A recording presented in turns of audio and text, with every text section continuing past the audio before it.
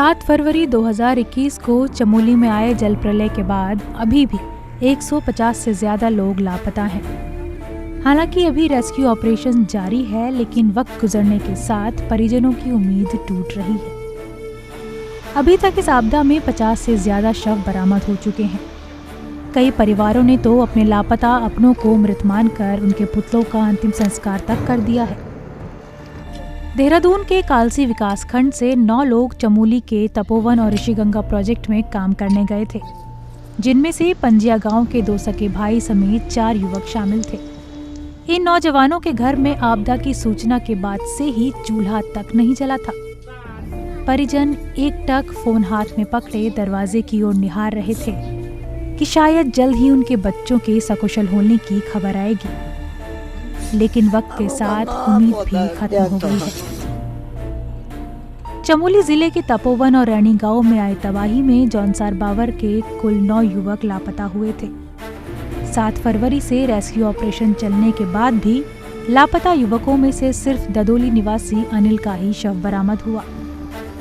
अपने बच्चों का कोई सुराग न मिलने पर स्वजनों की उम्मीद टूट गई और परिजनों ने दिल पर पत्थर रखते हुए उन्हें मृत मान लिया। पंजिया के ग्रामीणों ने लापता युवकों का पुतला बनाकर पूरे विधि विधान से उनका अंतिम संस्कार किया और उनकी आत्मा की शांति के लिए प्रार्थना की। ग्रामीणों ने चारों पुतलों का हरिपुर कालसी में यमुना किनारे अंतिम संस्कार कर दिया।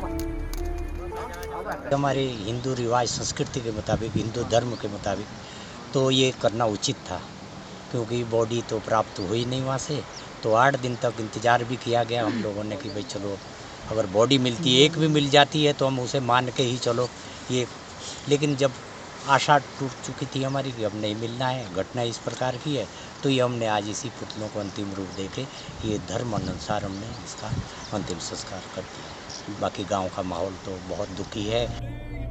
चमोली आपदा ने वो दर्द दिया है जो शायद ही पंजिया गांव के ग्रामीण भूल पाएंगे। इस आपदा में न सिर्फ उन्होंने अपनों को खोया, बल्कि बेबस माँ बाप अपने बच्चों का अंतिम संस्कार भी न कर पाए। तपोवन और ऋषिगंगा में अभी भी रेस्क्यू ऑपरेशन जारी है। कई लोग अपनों की आस में रेस्क्यू साइट पर ही बैठे हैं, लेकिन पंजिया गांव के इन ग्रामीणों की तरह ही और भी कई परिवार हैं जिनकी उम्मीद अब जवाब देने लगी है। विकासनगर से टीकम वर्मा की रिपोर्ट।